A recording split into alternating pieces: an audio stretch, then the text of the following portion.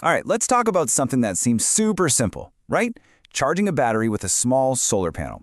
But what if I told you that the way most people do it is actually the fastest way to silently destroy your battery? Yeah, today we're uncovering the hidden dangers. And that quote really hits the nail on the head. You see, a small solar setup looks innocent enough. But the real problems, the ones that are going to cost you money and leave you high and dry without power, they're completely invisible until, it's way too late. Okay, so first things first, we have to bust the biggest myth in small-scale solar. It's this whole plug-and-play idea you see in pretty much every online tutorial out there. I bet you've seen this diagram a million times. You got your panel, you got this little box in the middle, and you got your battery.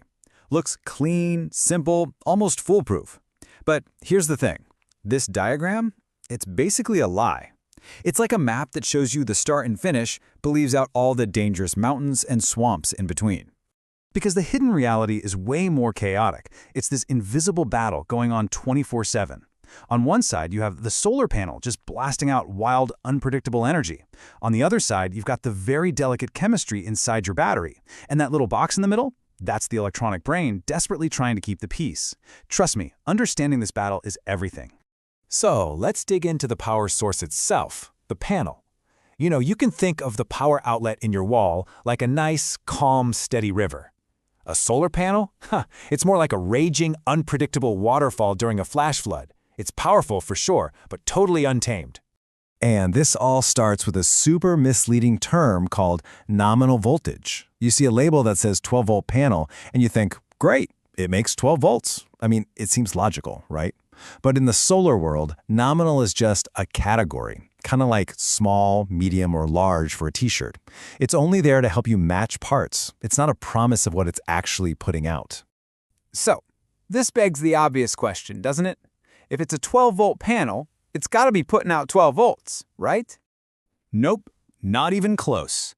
On a nice, cool, sunny day with absolutely nothing connected to it, that so-called 12-volt panel can be putting out a whopping 22 volts. This crazy high voltage is called the open circuit voltage, or VOC, and this right here is the first silent killer we're talking about today. If you connect that 22-volt surge straight to your 12-volt battery, you're not charging it. You're basically cooking it from the inside out. And you've got to remember, that voltage is never ever stable. A cloud drifts overhead, the panel gets a little hot, the sun's angle changes, and that 22 volts is just bouncing all over the place. This is exactly why just wiring a panel directly to a battery is a total recipe for disaster. You absolutely need an intelligent gatekeeper in the middle. Which brings us to the real hero of any good solar system, the charge controller. This thing is the brain, the traffic cop, it is the energy gatekeeper. The best way to think about it is like a master translator. It's constantly listening to the chaotic, fluctuating energy coming from the panel.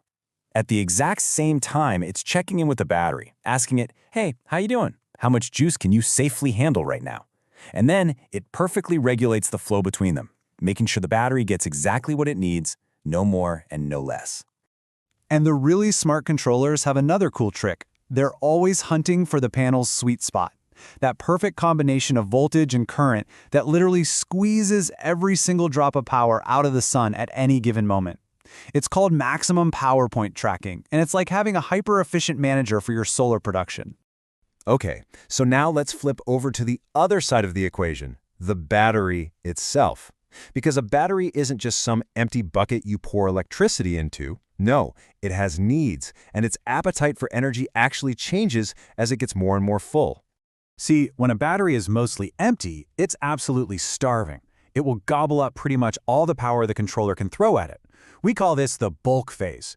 This is where most of the charging happens, and it happens really fast.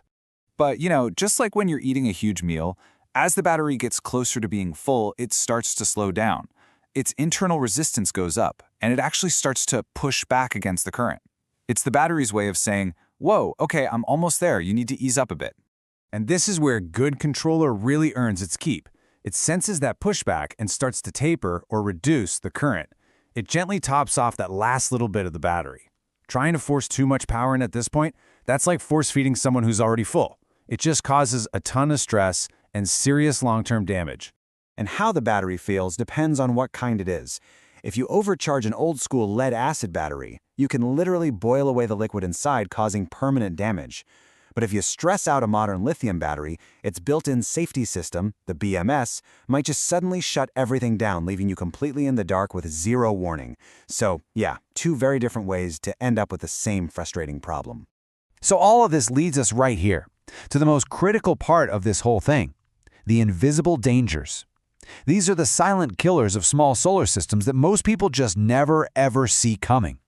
So here's what you got to watch out for. First, at night, a cheap or non-existent controller can actually let power leak backward from your battery out to the panel, draining it while you sleep. Second, using wires that are too skinny. That's like trying to drink a super thick milkshake through a coffee stirrer. You just waste a ton of energy as heat. And finally, the one that blows my mind, no fuses. A simple short circuit without a fuse can easily turn into a serious fire hazard. And really, it all boils down to this single crucial takeaway. I want you to burn this into your brain. Just because a little light is blinking and it looks like it's charging, that means nothing. Connected is absolutely not the same thing as charging efficiently and safely. Because a great solar system isn't just about having a big panel or a big battery. It's about smart regulation. It's about perfectly matched parts, and it's about having safety built right in from the start. It's about the whole system working together in perfect harmony. So, the next time you look at your own setup, or you're helping a friend with theirs, I want you to ask this one simple question. Is this system just connected, or is it actually engineered to be efficient and safe for the long run? Because that difference, that's everything. Thanks for tuning in.